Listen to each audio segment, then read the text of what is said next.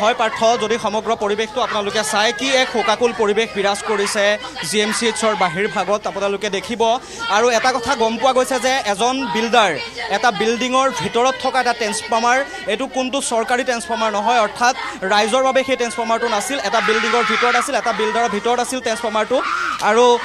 তাতে এনেকুৱা এটা ঘটনা এনেকুৱা এটা শোকাকুল পৰিৱেশে বিৰাজ কৰিছে আৰু এনেকুৱা এটা ঘটনা সংঘটিত হ'বলৈ পালে আচলতে ইয়াৰ আঁৰত প্ৰকৃততে দায়ী কোন সেই কথাটো বৰ্তমানলৈকে আহি প্ৰশাসন উপস্থিত হৈ ঘটনাৰ প্ৰকৃত কথাটো জানিবলৈ এতিয়ালৈকে কিন্তু ভুক্তভোগী পৰিয়ালৰ ওচৰত প্ৰশাসন আহি উপস্থিত হোৱাহি নাই আৰু মই যদি এই সমগ্ৰ পৰিৱেশটো দেখাওঁ এটা কথা ক'ব লাগিব এটা অতিকৈ শোকাকুল পৰিৱেশে বিৰাজ কৰিছে সমগ্ৰ পৰিৱেশটো মই যদি হৰিবৰক সমগ্ৰ দৃশ্যটো দেখুৱাবলৈ কওঁ আপোনালোকে দৃশ্য দেখি আছে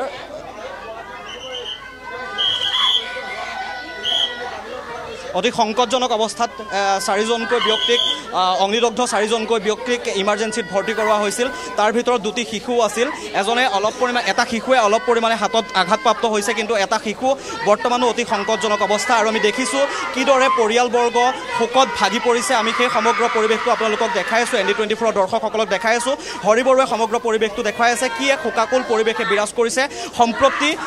গুৱাহাটী চিকিৎসা মহাবিদ্যালয়ৰ এই ইমাৰ্জেঞ্চি ৱাৰ্ডৰ বাহিৰৰ পৰিৱেশটো ভিতৰলৈ সোমাই গৈছে আৰু ইমাৰ্জেঞ্চি ৱাৰ্ডৰ হয়তো তেওঁলোকৰ কাৰণে কিবা বিশেষ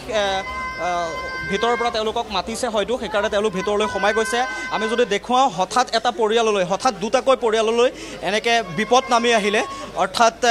এটা ট্ৰেন্সফৰ্মাৰৰ কাৰণে যিটো ট্ৰেন্সফৰ্মাৰত কোনো বিদ্যুৎ বিভাগে একো গুৰুত্ব নিদিলে অৰ্থাৎ বিদ্যুৎ বিভাগৰ এক প্ৰকাৰৰ গাফিলতি বুলি ক'ব লাগিব আৰু যিহেতু ব্যক্তিগত আছিলে ট্ৰেন্সফৰ্মাৰটো কোনো ব্যক্তিগত বিল্ডাৰৰ আছিলে ট্ৰেন্সফৰ্মাৰটো সেইকাৰণে বৰ্তমান সময়ত কিন্তু প্ৰশাসনৰ লোকে বৰ্তমানলৈকে এই গোটেই পৰিৱেশটোৰ বিষয়ে বা এই ভুক্তভোগী পৰিয়ালৰ ওচৰত কিন্তু বৰ্তমানলৈকে প্ৰশাসনৰ লোক থিয় হোৱাহি নাই আৰু এটা কথা জানিবলৈ পোৱা গৈছে যে বিৰুবাৰীৰ যিখন আৰক্ষী থানা সেই বিৰুবাৰী আৰক্ষী থানাৰ সমীপতেই এই ঘটনাটো সংঘটিত হৈছিল কিন্তু তাৰ পাছতো কোনো আৰক্ষী বা প্ৰশাসনৰ লোক ততাতৈয়াকৈ উপস্থিত গৈ পেলাই তাত গৈ জুই নুমুৱাবলৈ বা এই অগ্নিদগ্ধ 4জনকৈ লোকক হস্পিটেললৈ অনাত তেওঁলোকে কোনো ভূমিকা গ্ৰহণ নকৰিলে যাৰ ফলত ভূমিকা গ্ৰহণ নকৰিলে আৰু এনেদৰেই পৰিয়ালকেইটাৰ আমি অৱস্থা দেখুৱাইছোঁ কিদৰে এক শোকাকুল পৰিৱেশে বিৰাজ কৰিছে কাৰণ এটা অতি কণমানি শিশু দুটাকৈ অতি কণমানি শিশু এটা 6 বছৰীয়া শিশু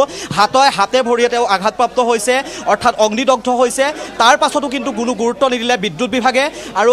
বিদ্যুৎ বিভাগে গুৰুত্ব নিদিয়াৰ ফলতে হয়তো এনে ঘটনা সংঘটিত হ'বলৈ পালে আৰু যিহেতু ট্ৰেন্সফৰ্মাৰটো কোনো ৰাজহুৱা প্ৰতিষ্ঠানৰ নাছিল বা ৰাজহুৱা ৰাইজৰ কাৰণে ট্ৰেন্সফৰ্মাৰটো নাছিল সেইটো এটা ব্যক্তিগত প্ৰতিষ্ঠানৰ ট্ৰেন্সফৰ্মাৰ আছিল এজন বিল্ডাৰ এটা বিল্ডিঙৰ ভিতৰত ট্ৰেন্সফৰ্মাৰটো আছিল আৰু সেই ট্ৰেন্সফৰ্মাৰটো বিস্ফোৰণ হৈ পেলাই শ্বৰ্ট চাৰ্কিটৰ ফলত এনেধৰণৰ এটা ঘটনা সংঘটিত হ'বলৈ পালে আৰু প্ৰায় 4জনকৈ লোক যিদৰে আহত হৈছে তাৰে 2জনৰ অৱস্থা অতিকৈ সংকটজনক আমি যদি পৰিৱেশটো দেখুৱাওঁ হয় তেওঁলোক জৰুৰীকালীন যিটো GMCHৰ জৰুৰীকালীন বিভাগ সেই জৰুৰীকালীন বিভাগৰ ভিতৰলৈ তেওঁলোক সোমাই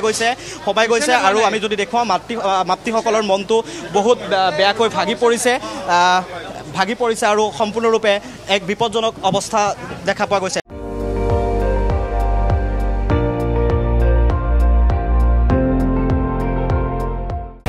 আপুনি চাই আছে ND24